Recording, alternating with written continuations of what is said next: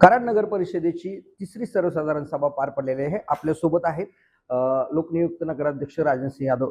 साहेब, काय सांगाल की कुठले विषय मंजूर झाले आणि नेमकं कराडच्या विकासासाठी आजची सभा कशी उपयुक्त आहे? आज कराड नगरपालिकेची तिसरी या ठिकाणी जनरल मीटिंग पार पडली. आज हे सभा पार पडत असताना 69 विषय या ठिकाणी घेण्यात आले होते.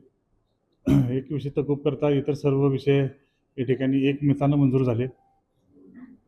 कराड नगरपालिकेला एक वेगळा वैचारिक असा वारसा आहे आणि या नगरपालिकेचे ह्या जनरल मीटिंग म्हणजे विकासाचं एक दालन असतं. आज या सभेच्या निमित्तानं कराड शहरामध्ये अनेक धोरणात्मक असे निर्णय घेण्यात आले.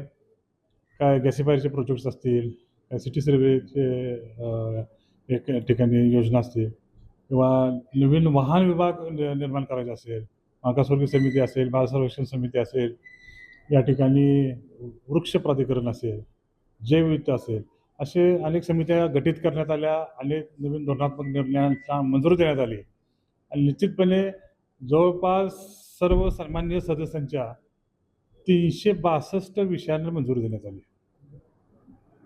त्यामुळं निश्चितपणे येणाऱ्या कालावधीमध्ये कराड शहराचा अतिशय चांगल्या पद्धतीनं विकास व्हायला कोणतीच अडचण या ठिकाणी वाटत नाही. अनेक धोरणात्मक निर्णयाला या ठिकाणी एक दिशादर्शक म्हणून मंजूर देण्यात आली.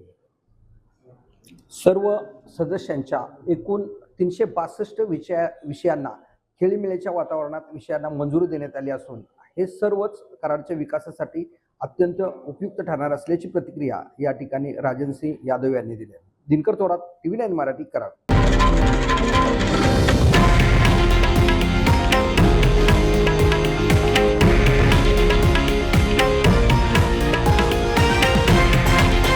हे आहे देशातील नंबर 1 न्यूज नेटवर्क आणि आपण पाहत आहात TV9 मराठी, एकमेव.